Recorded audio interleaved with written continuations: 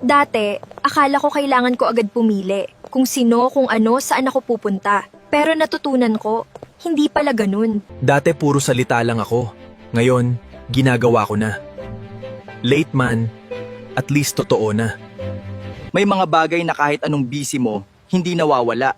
Natatabunan lang. At darating ang time, maiisip at maiisip mo pa din. Pichita, Sir? kamusta ka? Okay na. Ikaw? Okay din. Sa wakas, maagang natapos ang meeting at nakapag-close ng deal. Pwede ko nang ituloy ang aking bakasyon. Saan ba magandang mag-adventure? Hindi ako naging maayos sa'yo noon. Bigla na lang akong nawala. Parang walang nangyari. Hindi ko alam kung may karapatan pa akong bumalik. Pinili mo lang kung saan ka kailangan. At naiintindihan ko yun. Pero hindi ibig sabihin, hindi ako nasaktan. Kung may chance pa, pwede pa ba akong bumalik? Hindi na ako yung dating naghihintay, pero hindi ko naman sinasara ang chance. Tignan natin kung saan tayo dadalhin ng kapalaran. Alala mo yung pakiramdam na gusto mong pumili pero hindi mo pa kaya panindigan? Hindi dahil mahina ka, kundi dahil may mas importante ka pang inaayos. Sarili ko muna, tsaka pamilya ko.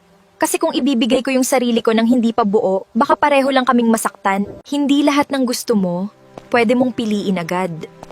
Minsan, kailangan mo munang piliin kung sino ka.